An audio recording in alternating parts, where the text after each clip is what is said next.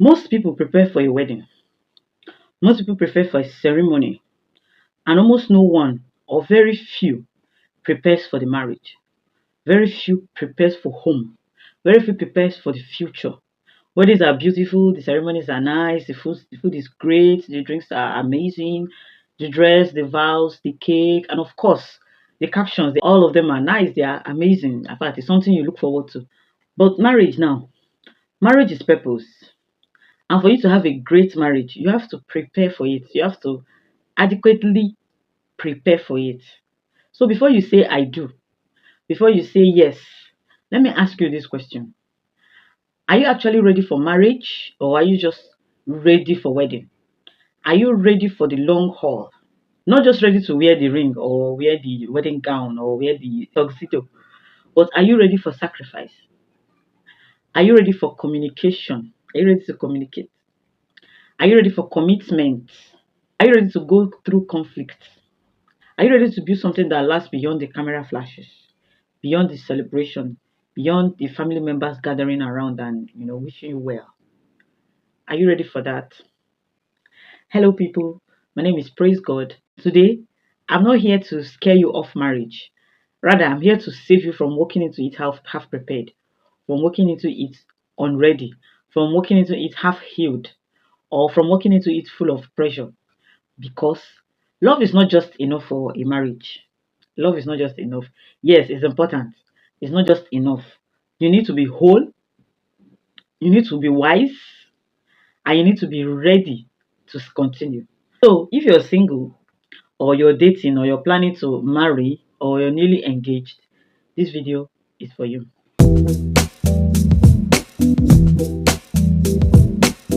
The popular saying is that all you need is love. But what I say is that you need truth and you need alignment. Now, let's be real. Let's face the reality. Do you know that you can love somebody? You can love the person to the moon and back and still be unprepared to do life with them and still be scared to do life with them. Do you know that you can be in love and still be emotionally immature? You can pray together, read the Bible together, study the Bible together, and still avoid conversations. I mean, hard conversations like conversations around money or about money, conversation about boundaries, conversation about family, conversation about conflict. Marriage is not built on butterflies. It is built on emotional stability, emotional safety, shared values, unfiltered conversations. I mean, those hard ones. You think that being in love is enough to keep you through conflict, to keep you through loss, to keep you through pressure from the family, pressure from everybody around you. Pause now, take a break now, and rethink that marriage. I'm not saying you should call off the wedding. No, rethink that marriage. Work on yourself first before you commit.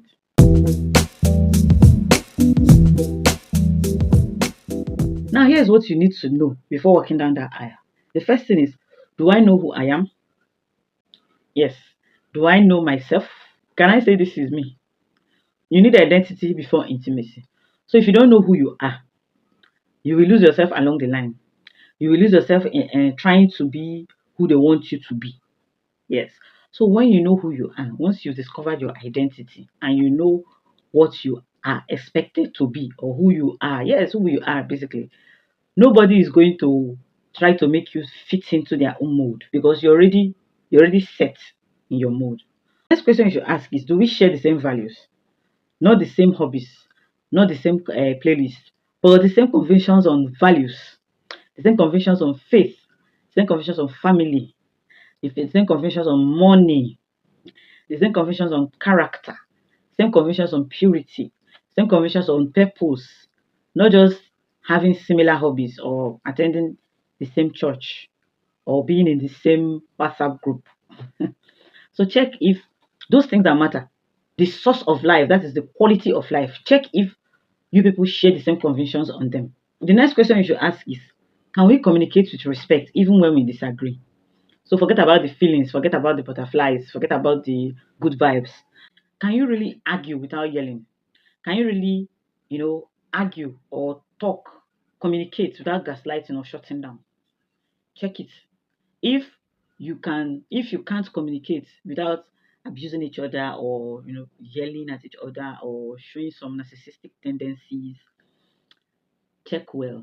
before you walk down that aisle. Because if you don't resolve this, yeah, issues will come up in the relationship. Issues will come up, disagreements will come up. Disagreements will come up in the relationship.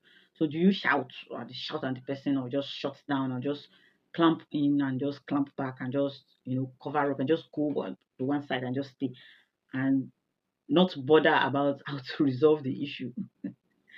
If it's like that, you need to work on yourself. You need to work on yourself. You that is watching me now, you need to work on yourself. So another question you should ask is, have we talked about the hard stuff? The hard stuff is money, intercourse, in-laws, children, relocation if needed, job, past wounds, a lot of things. So these are the hard stuff. Those stuff that they are not easy to talk about. You need to talk about it. So avoiding it today, it will become an argument tomorrow. If like, for let me use myself as example. I work in another state. So when my husband was coming, when he came, when he approached, when we are trying to talk about marriage, I told him, see, I work in another state and you stay in another state. How are we going to do it? I'm not ready to quit my job. I said, no problem. That we will find a way around it. And that's how we've been. This is 3 years and counting. That's how we've been. If I have time, I go and visit him. Most times he's the one that even comes because it's easier for him to come and visit than it is for me to go and visit. So these are the things you talk about. Okay, are we relocating after when we get married now? When are we relocating to are we relocating outside the country? Okay, when will it be? How many children are we going to have? Our in-laws, are they going to stay with us? Or are we living alone? So these are the questions to talk about. Okay, are we operating on a joint account or single account? Or are we going to have a central account where we pull in a particular amount of money every month? These are the things you talk about. So you don't avoid them. So that when you finally get married, it will not become an argument. It will be that I talked about this, we talked about this, and this is what you said. Now, the fifth question to ask or to answer before walking down the aisle is, are we spiritually aligned? Are we spiritually aligned? Not do they go to church, but are we both led by God? Are we obeying Him together? Is this person now, for a lady, you ask, is this man ready to be a leader? Or is he just looking for someone that will uphold him? Now for a man, you ask, is this lady already standing, or is she looking for somebody that will uphold her, somebody that will push her? Now let me remind you, marriage is not about perfection. Yes, you don't have to be perfect. Everything does not have to be perfect and on point. But it's about preparation. It requires preparation. So don't just prepare for a wedding. Prepare for your life. Stop asking for confirmation when God has already showed you caution. When God has already showed you red flags. Don't ask for confirmation. This is somebody that talks down on people. This is somebody that is a chronic liar and you just brush it off as a joke. This is somebody that constantly disrespects your boundaries. This is somebody that constantly mock your values. This is somebody that constantly loves the idea of you, but not the reality of you. Because human beings, we have both our good side and our bad side. They love the good side of you, but they hate that bad side. So red flags are not decoration. So once you see these red flags, and they are so bright, so once you see these red flags, you run for your life. You shift. It's not a test of your loyalty. It's a warning, a neon sign warning to your spirit to take to your heels. And please don't fall for that trap of they will change after marriage. Marriage amplifies what is there already. Nobody changes after marriage. Rather, they even become worse after marriage. So you can't change anybody. They are not your children. You can't change anybody. So a behavior that is you've seen when you are in courtship cannot automatically change after marriage. Marriage does not fix a bad behavior. It just reflects it. So marriage is like a mirror that reflects that behavior that has been hidden. I've heard many stories of people that, when they were in courtship, the guy was nice, was helpful, was no, don't worry, I will do it. This, that. Immediately they married, he became an opposite of what he was portraying during the courtship. So that is marriage for you. Marriage will bring out that behavior. There are some behaviors that you can't hide, no matter how smart you are. You can hide it for a while, but on the long run, once the once the strings of marriage stretch you, those behaviors will come out. So if you're already tolerating dysfunction just to keep peace, what will now happen when life becomes harder? What will now happen when you now go into that marriage? Marriage is an assignment that God gives you, and He doesn't send you into an assignment unequipped. It's not a reward for your endurance. It's an assignment, and you have to prepare yourself. Now, when do you prepare yourself for marriage? It's now that you're single. As is single, that is when you prepare yourself for marriage. So before you say I do, make sure you're not saying I'm tired of being alone, or I will fix him, or I will fix her later, or I'll just manage this behavior later, or everyone else is getting married. Why not me? Rather, say I do because you are whole. Say I do because you are growing. Say I do because your paths are aligned. Say I do because God is leading you and not pressure or fear. Don't rush what God is still writing. Don't rush what God is still planning. Don't rush that project that God is still working on, that God is still building. Because marriage is too holy, it's too sacred, and it's too long for you to enter into it halfway ready. So you have to be very, very ready.